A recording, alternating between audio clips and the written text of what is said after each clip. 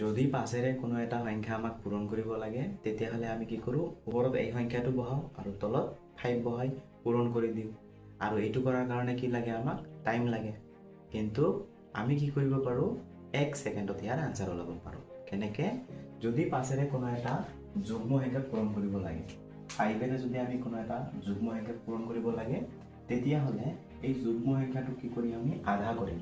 তো 6ৰ আধা কিমান? 3, আৰু 3ৰ লগত কি বহাই দিম, এটা 0 বহাই দিম। গতিকে 6ৰে 5ক মাল্টিপ্লাই কৰিলে কিমান হ'ব? 30 হ'ব। ঠিক একেদৰে আৰু এটা যুগ্ম সংখ্যা লৈছোঁ 24। যদি 24ক 5ৰে মাল্টিপ্লাই কৰিব লাগে তেতিয়াহ'লে কি কৰিম, 24ক আমি আধা কৰি দিম। তো 24ক আধা কৰিলে কিমান হ'ব? 24ক আধা কৰিলে হ'ব 12, আৰু ইয়াৰ পিছত কি কৰিম, এটা 0 বহাই দিম। নেক্সট দিয়া আছে 242। ইয়াক যদি আমি 5ৰে পূৰণ কৰিব লাগে একেদৰে আমি কি কৰিম, 242 কি কৰিম, আধা কৰিম। আধা কৰিলে কিমান হ'ব?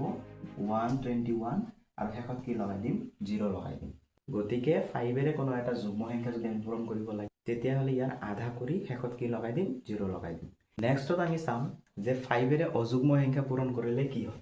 তো 5ৰে যদি এটা অযুগ্ম সংখ্যা পূৰণ কৰিব লগা হয় তেতিয়া যিটো অযুগ্ম সংখ্যা আমাক দিয়া থাকিব ইয়াৰ পৰা 1 কমাই দিম। তো 7ৰ পৰা 1 কমাই দিলে কিমান হ'ব? 6 হ'ব। আৰু 6ৰ কি কৰি দিম? আধা কৰি দিম। তো 6ৰ আধা কৰি দিলে কিমান হ'ব? 3 হ'ব। আৰু লাষ্টত কি বহাই দিম? 5 বহাই দিম। তো আনচাৰ হ'ব কিমান? 35। তো ইয়াতে আৰু এটা অযুগ্ম সংখ্যা লৈছোঁ 43। তো 5ৰে যদি 43ক পূৰণ কৰিব লাগে তেতিয়াহ'লে 43ৰ পৰা 1 কমাই দিম। 43ৰ পৰা 1 কমাই দিলে কিমান হ'ব? 42, আৰু 42ৰ আধা কৰি দিম। 42ৰ আধা কৰিলে কিমান হ'ব? 21, আৰু শেষত কি বহাই দিম? 5 বহাই দিম। তো আনচাৰ হ'ব কিমান? 215। তো ইয়াৰ আনচাৰ কি হ'ব এইটো আপোনালোকে কমেণ্টছত লিখি জনাব।